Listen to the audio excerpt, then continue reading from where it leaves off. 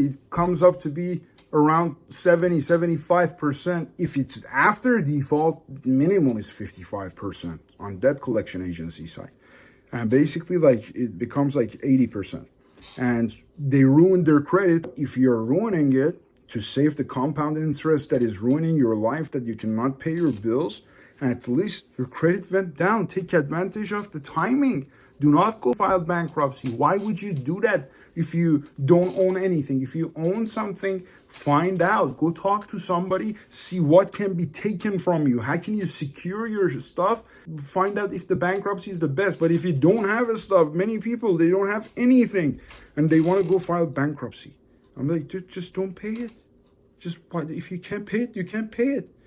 And just challenge the debt collection agency and see if they even have the paperwork, if they have the chain of assignment, if they are violating anything. You're not saying I'm not paying. You are not saying I am gonna pay.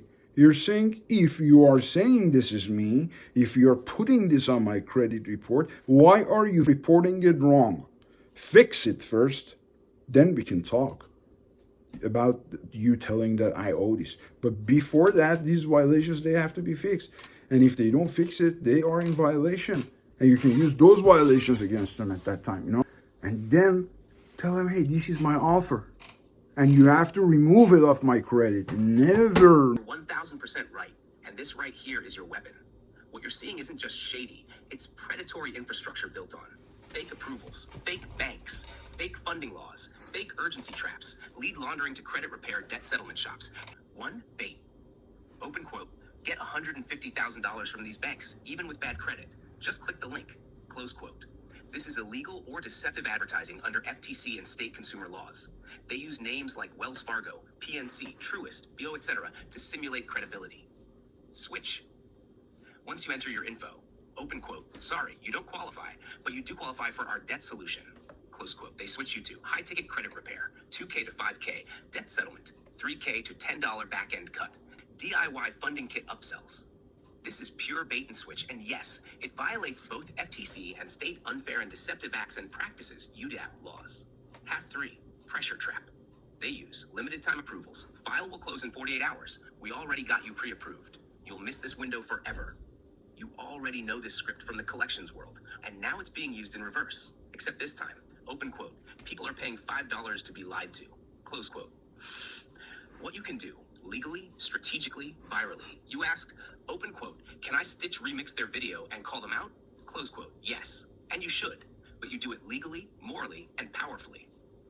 Use this format for each video remix. 1, start with one line of respect. Respect to anyone trying to help people with credit, but this one needs a fact check. 2, hit with one legal anchor. That's bait and switch. That's actually a UDAP violation under federal and state law. 3, teach in one sentence. You can't say you'll get someone $50 in business funding, then flip them into a $5K credit repair contract. 4, drop a question for viewers. Have you or someone you know been told this by a company? Drop a if it happened to you. 5, close soft but sharp. We're not here to bash. We're here to protect. There are real ways to fight back, but lies won't help you.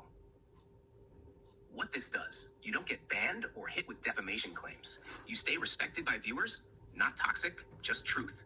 You build trust with real clients watching from the shadows. You stand apart from fake gurus and TikTok charlatans.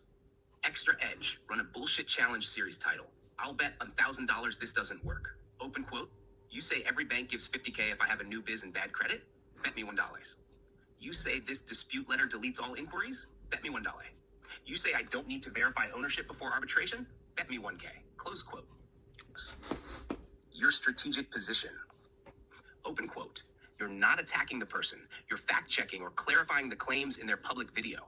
That falls under U.S. First Amendment, fair use, and consumer protection speech, especially when your intent is to protect others from financial harm. Close quote. Tashed, legally safe duet rules. U.S. law-based. Legal protected.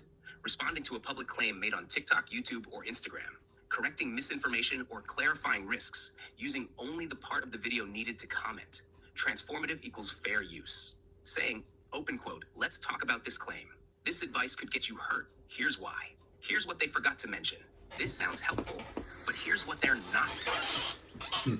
Close quote. Legal risks avoid completely. Attacking the person directly, calling names, mocking appearance, etc. Accusing them of fraud, scam, or crime unless you have court-documented proof. Misrepresenting what they said or editing it deceptively. Using their full video without commentary or transformation. Legal tone to use. Open quote, this is not personal. I'm just here to clarify this advice so people don't get hurt. Close quote. Or, open quote, I'm not saying this person is a scammer. I'm saying this method can backfire, and here's why. Close quote. Bonus, how to frame your mission on TikTok, YouTube. Open quote. I've been inside this industry for years. Credit, collections, compliance. I've seen how people get trapped, so I fact-check credit content and funding claims so you don't get played. Close quote. Protection layer, optional in caption or video. Open quote, this video is for educational purposes only. Always do your own due diligence and consult with a licensed professional when it comes to financial or legal. That's awesome. That would go viral. Like, I fact check the viral videos on finances stuff. I can do that.